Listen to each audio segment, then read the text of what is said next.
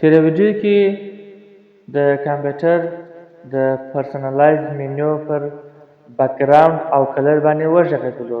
نننۍ ویډیو کې غواړم پر لاک سکرین باندې وغږېږو چې لاک سکرین څه ته وایي. لاک سکرین چې موږ تاسو سره بلد یو د کمپیوټر او یا هم د موبایل د قلف صفحې ته وایي.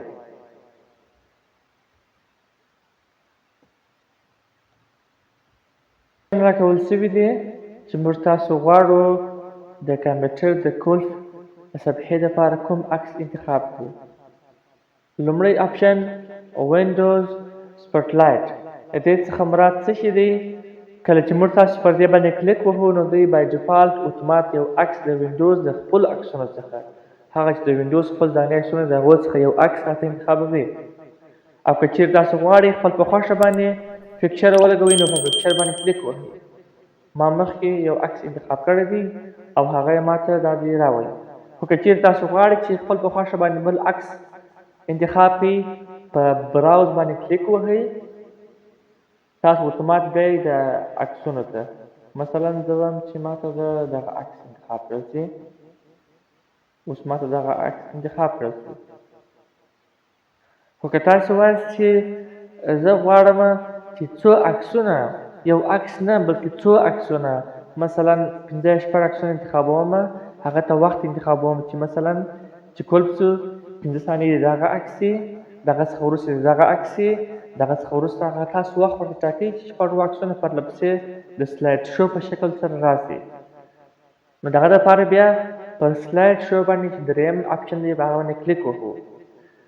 دلته موږ تاسو اختیار راکوي چې تاسو یو فولډر او یا هم یو البم اضافه کړئ د عکسونو ته تر څو هغه دوی تاسو ته په د لاک سکرین باندې وښیي. مثلا لومړی یو عکس بیا دوهم عکس بیا دریم عکس همداسې.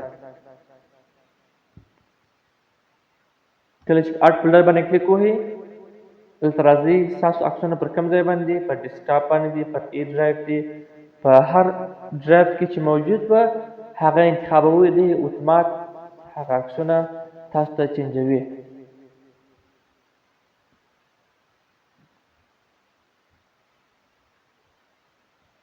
ښه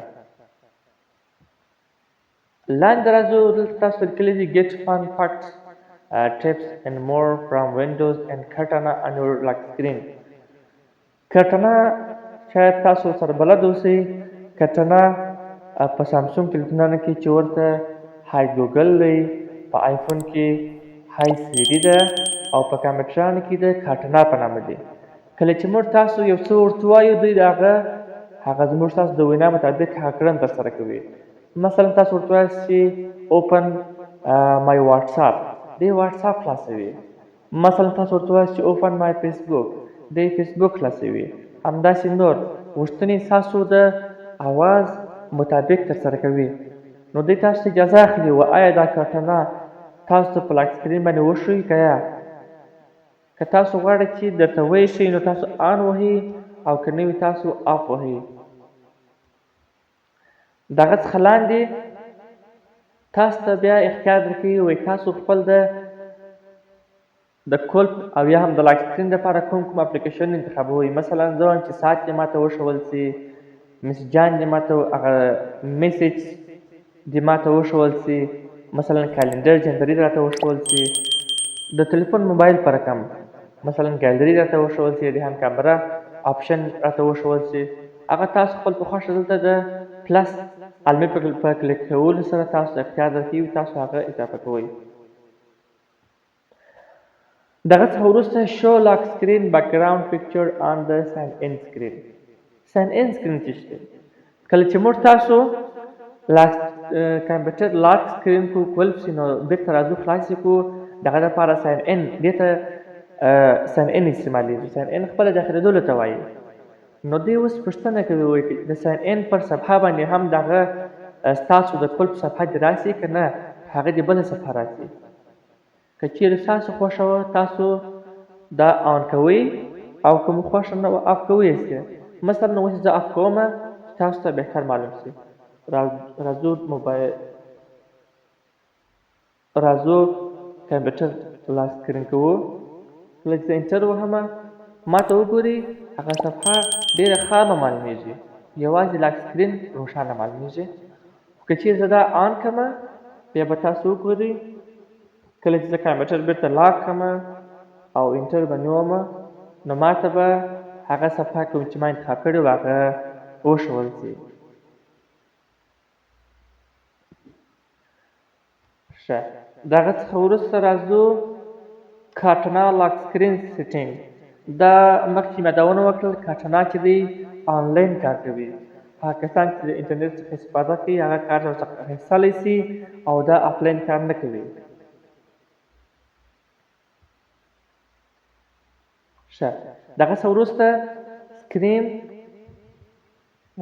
ټایم آوټ د سکرین ټایم آوټ څخه مراد څه شي دی سکرین ټایم آوټ که تاسو ګمان کړی وي کله ناکله موږ د کمپیوټر څخه کار نه اخلو کمپیوټر همداسې راڅخه پاتې شي په یو بل شي مصروف شو نو دی شخص څخه وخت غوښتنه کوي وایي څومره اندازه وخت د کمپیوټر دغه چالان پاتې شي او بیا دغه څخه وروسته کلپ او یا هم لاک شي تاسو دلته په لومړي کې آن باتري پاور وایي کله چې دغه کمپیوټر د بټرۍ څخه کار اخلي یعنې چارجر ورته بسته نه وي نو څونه وخت اندازه دی باید چې چالان پاتې شي تاسو وخت ورکوئ 1 منټ 2 منټه 5 منټ تر نیم ساعته پورې او دوهم آپشن دی when plug it and turn off after او کله چې چارجر ورته بسته وي تاسو کمپیوټر چالان کړی وي کار ځینې اخلي خو تاسو ته یو کار پېښ شي یا په یو شي مصروف شي کمپیوټر همداسې پاتې شي نو بیا د څونه وخت اندازه وشي نو دوه آپشن دي یو هغه آپشن دی کله چې کمپیوټر خپل د بټرۍ څخه کار اخلي او بل هغه آپشن دی کله چې تاسو کمپیوټر چارج چابسته کړی وي نو تاسو خپل هغه وخت ورته ټاکئ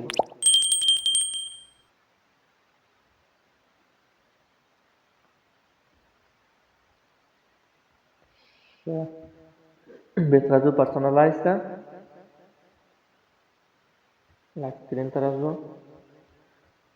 دلته یو بل ډېر مهم آپشن دی شاید ستاسو د خوښۍ وړ هم وګرځي هغه سکرین سیور سیټینګ دی د دې څخه څه مراد دی د دې څخه مراد دا دی کله چې تاسو لکه څنګه چې مخکې یادونه وکړل تاسو کمپیوټر ته ناست یاست د کمپیوټر څخه کار اخلي تاسو ته یو کار پېښ شي یا په شي مصروف یاست کمپیوټر سکرین همداسې چالانه پاتې شي نو دی ستاسو څخه دغه سکرین سیور تاسو ته یو شی شروع کوي مثلا زه راځم لومړی دا خو اوس نام دی زه لومړی دا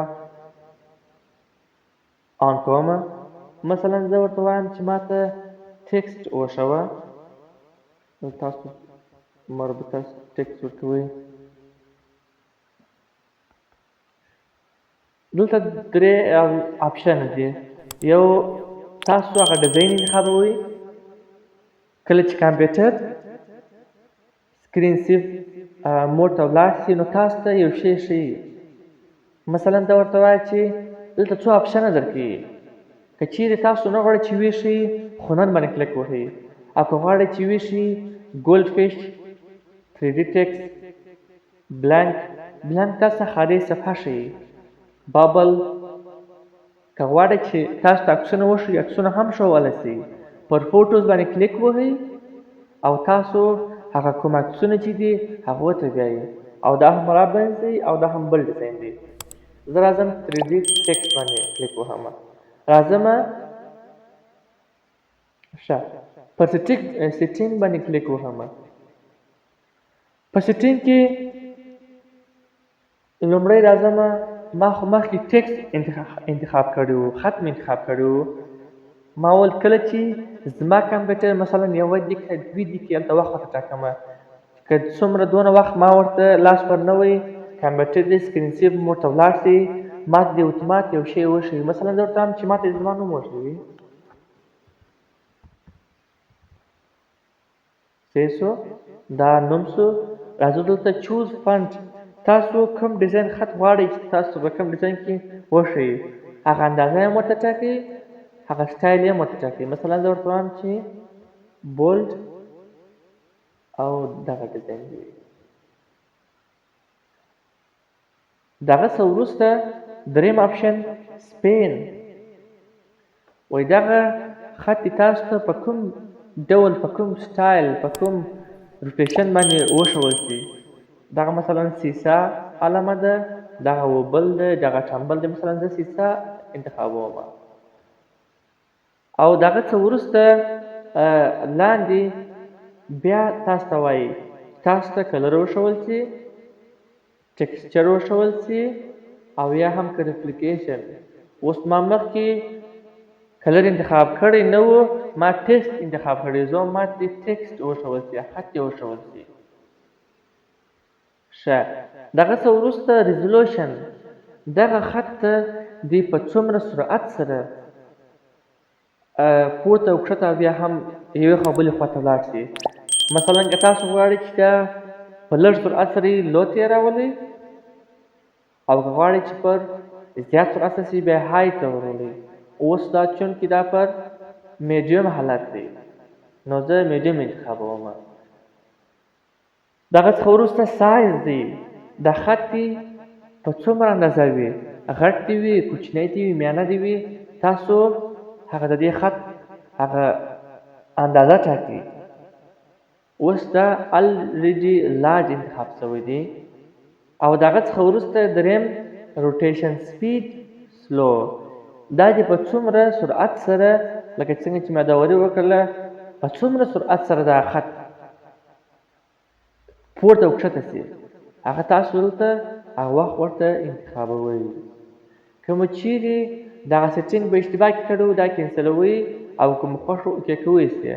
اوس تاسو یې مثال یې ګورو، پریویو اوس وګورئ دغه د سیسه ډیزاین دی. تاسو مثلا ورته وایاست که چیرې ما خپل کمپیوټر ته یوه دقیقه مثلا لاس ور نه وی، کمپیوټر دغسې پاتې شو، نو ته ما ته دغه اتومات دغه زما نوم راته راپورته کړه چې ما متوجه کړي. صحیح شو؟ دا یو آپشن شو. سیټینګ پریو خو مو وویله. که مو چیرې خوښ و اپلای کوئ سي او که مو خوښ نه وه کینسلوئ سي. نننۍ ویډیو